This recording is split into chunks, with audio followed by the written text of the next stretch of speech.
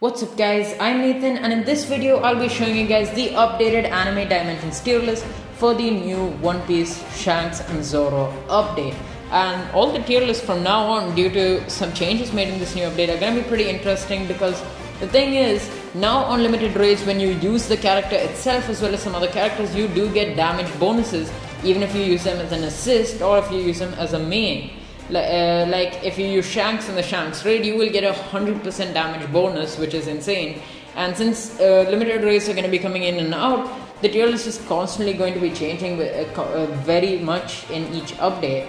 But we'll be starting off with the new characters. Shanks is going to be, currently, technically speaking, he's going to be the best character in the game. If you Shanks itself does not have an insane DPS.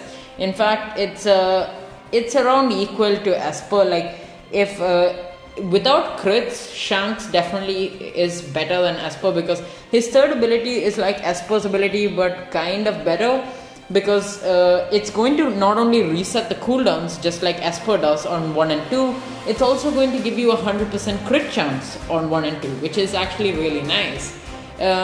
Only thing is that Shanks 1 and 2 is slightly worse than Esper. Even then though, Shanks will be dealing more damage on the third move. But Shanks' ultimate is a lot worse compared to Esper. In fact, it's only half as good as Esper's.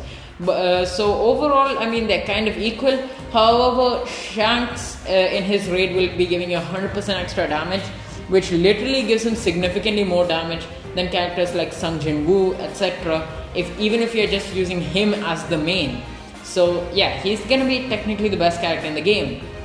Zoro Summer is a character that you can get by using these ice creams that you get just by staying online for a while, and there's a 1% chance with a 120 pity on getting this dude.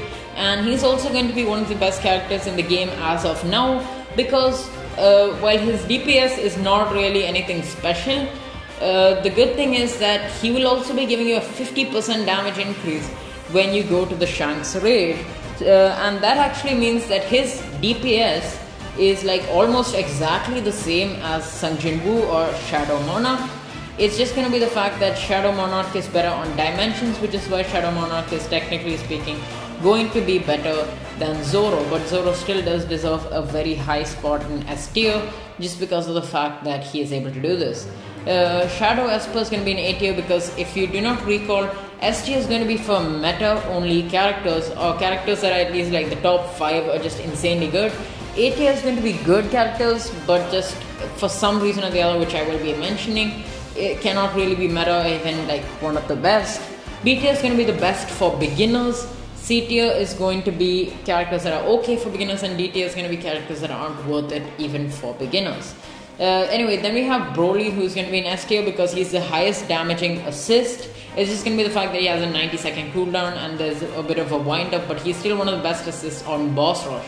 Then we have Gilgamesh, again S tier, because he's again gonna be a really good assist as well as a main for time challenge, and he's gonna be doing a pretty solid amount of damage as an assist as well, and he's a better assist for dimensions. Then we have Kokoshibo, who's gonna be top A tier, going to be above Shadow Esper because Shadow Esper is of course going to be the worst version of Esper. Even though Shadow Esper is still quite good, it's going to be 15% worse cooldowns, which is why Kokoshibo is probably better because he can do better in dimensions. Then we have Esdeath, who's going to be in A tier, going to be worse than Shadow Esper definitely. Good AoE, but nothing like really special. Karakuri is going to be in A tier as well. His ultimate will allow you to spam his 1, 2 and 3. It's just that it doesn't do too much damage. Then we have Levi. The regular Levi is going to be low A tier. Costs 3000 raid tokens, and he does have a couple of moves that give you sort of mobility, but nothing really that great. Then we have this dude in Naruto, who's going to be in S tier because he's a 75-second assist, dealing good damage with a huge AoE. Ryuko is going to also be in S tier because she has a 60-second cooldown assist with fairly good damage. Then we have Alice, who's going to now be demoted to B tier because technically she is only going to be like best for beginners because she's able to heal, but her DPS is really bad. Then we have Witch Megumin, who's going to be in A tier She has really good AoE and decent DPS. It's just gonna be that not many people really even have her. Rengoku is gonna be right about here in A tier. This is without Awakening because it does not have that background. But Rengoku is pretty good as an assist because it's again got a really fast cooldown of like some 60 seconds or so. So yeah, it's gonna be right there. Saber is gonna be in C tier because, well, yeah, she's okay for beginners, but I wouldn't really recommend it. Bakugo is gonna be right there as well. Decent mobility, but again, not really that great. Yuji is gonna be right here in B tier because he has a good dash skill, 2 big AoE moves, and also will get a heal move on his ultimate. Then we have Gojo, who is going to be like somewhere around here in A tier because he can potentially be really good if you have extremely high crit chance and crit damage. This is not a character for beginners because, like I said, this character is only good for pros, I guess.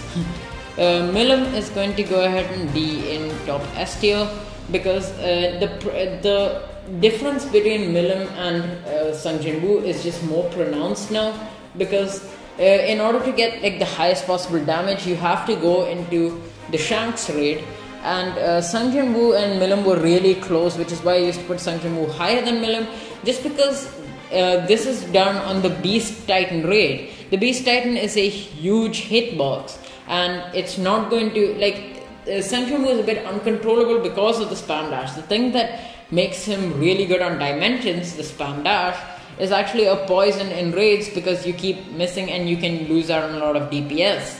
And if you're doing a character with like a small hitbox like the Shanks raid, well, the difference is even more pronounced, which is why Milan is going to be the second best character as of now with Kurumi. Then we have Kaneki, who's similar to Karakuri but a bit worse. Then we have Luffy, who's going to be right about here. With his Awakening, he's pretty decent, I would say. His Awakening is going to give you an increase on your attack by 25%, and there's a buff on Awakening characters because their assist will also give you a buff. Then we have Primordial, who's again going to be a really good character for beginners. In fact, I would say better than Alice because he does quite a lot of damage for beginners, plus his assist will give you iframes. Then we have Saber with Awakening, still only going to be top C tier because I would not say it's the best for beginners because she's even quite expensive and you need to waste those Awakening gems, which are not that easy to come by. Then we have Astolfo, who's going to be in, actually Astolfo is going to be in like A tier just because of the fact that this buff is used by other players just to help you to get really high scores, because it's going to increase your crit chance and crit damage, and Milan really benefits from this, which is why the world records are ultra high. Then we have Tengen. Once again, this character is going to be having his own raid, which will give you 100% increase, and Tengen is again going to be a really good character, pretty good on dimensions, and even in the raid that 100% boost really helps. It's just that the Tengen raid is quite difficult. But once again, Tengen is going to be better than Sangjinwoo as of now, just because of the really big difference of damage. Milan is going to be higher, even though technically speaking Tengen can do more damage, just because the Milan and Shanks combo is sort of the meta as of now. Then we have regular Luffy, who's going to be like right about here. Then we have Megumin, who's going to be right there because she does decent damage. It's just going to be that she has really bad mobility and AoE. Then we have Rengoku, who's going to be right here.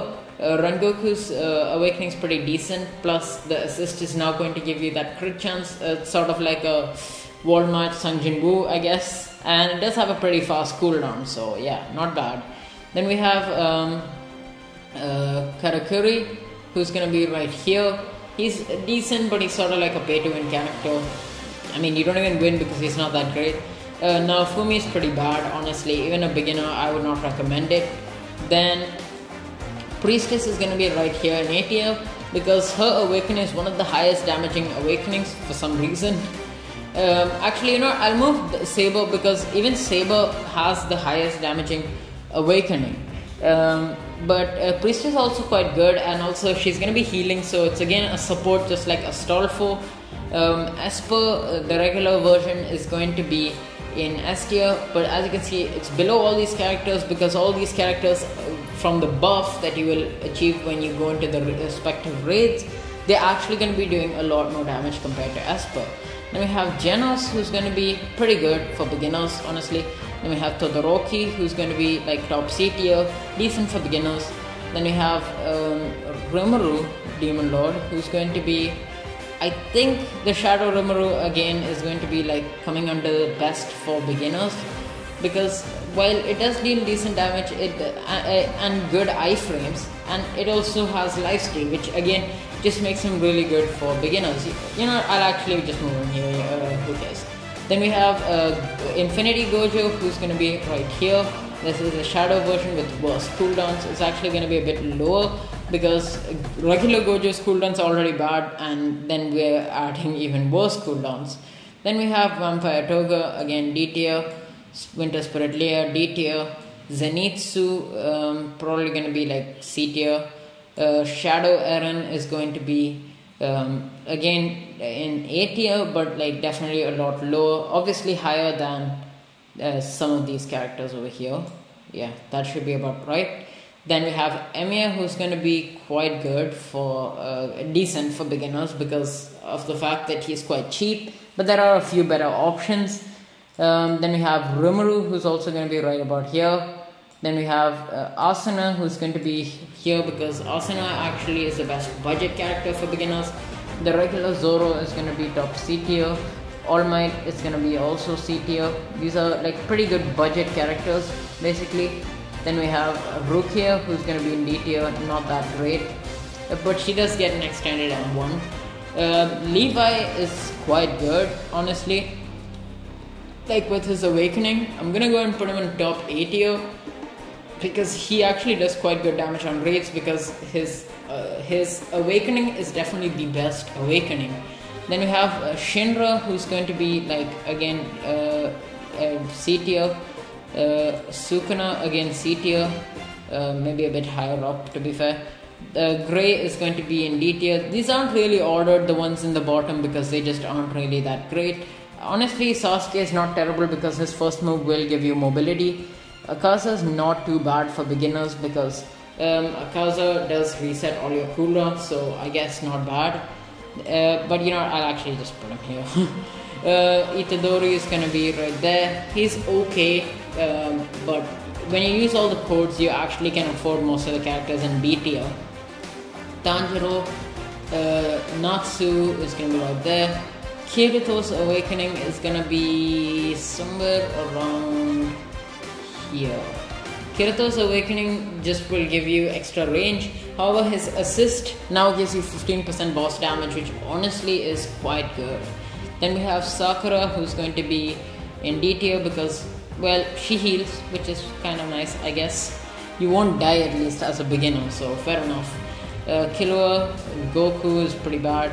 Ichigo is like the best starter. Luffy is worse than Goku. Naruto is right there, and Deku is kind of in the middle. Then we have the regular Kirito, who is also going to be pretty solid A tier right here because pretty decent moveset, just not too much damage. Then we have Lancer, who's going to be like a pretty decent C tier because he does have quite good mobility. Then we have Yorichi, who's going to be right about here. He's okay, like none of his moves are especially good, however he is quite decent on dimensions because of his mobility. Then we have Nezuko, who's going to be right there in S tier. She's again going to be a bit lower now because all these characters are technically more capable of dealing damage. However, Nezuko is a really good boss killer if you're not counting raids. Like in boss rush and stuff, Nezuko is really good. Then we have the regular Demon Lord Rimuru, who's going to be right about here. Not really one of the best raid characters, but I mean, it's okay. Then we have Priestess, who's going to be right about here because, well, she is going to be in the best for beginners category because without the awakening she barely does damage, but her awakening isn't really worth it. Then we have Saber, who's going to be again like bottom B tier, because yeah, kind of one of the good ones for beginners. Then we have Eren, who's going to be in A tier. He's pretty good on time challenge, but Gilgamesh is going to be better. And also, like, just the nerfs and stuff, it just makes Eren not that OP anymore, because he doesn't give much pet energy now. So he's gonna be right there. Actually, probably even worse than like Kokoshibo, just maybe a bit better than Shadow Esper. Then we have Infinity Gojo, who's going to be right about... I mean, he is better. Yeah, he should be right about here, because he is worse than the regular Gojo. Because Gojo, if you have really high crit chance and crit damage, is definitely going to be a lot better, but his ultimate will allow you to spam 1 and 2. Then we have Shadow as Death, who's going to be right about here. The Shadow version of as Death is okay, but the already not that great cooldowns become worse on the Shadow versions. Shadow Yorichi is going to be probably right about here. Yeah, should be, because Shadow Yorichi is definitely better than Infinity Gojo as well. And then we have, of course, Shadow Monarch. I don't know why he was towards the end, but he's gonna be right about here. Literally all these characters are better because Shadow Monarch does not have that kind of advantage that you will get buffed, but he's still gonna be the best character on Dimensions by far. And then lastly we have Beriberi, who's going to be right here. I mean, this was a mistake. Yeah, Shadow Monarch is definitely better than Zoro, because Shadow Monarch and Zoro literally have the same DPS. It's just that Shadow Monarch is going to be way better on Dimensions. But that is pretty much it for this tier list, so thank you guys for watching. Make sure to like and subscribe if you haven't already, and I will catch you guys in the next video. See you.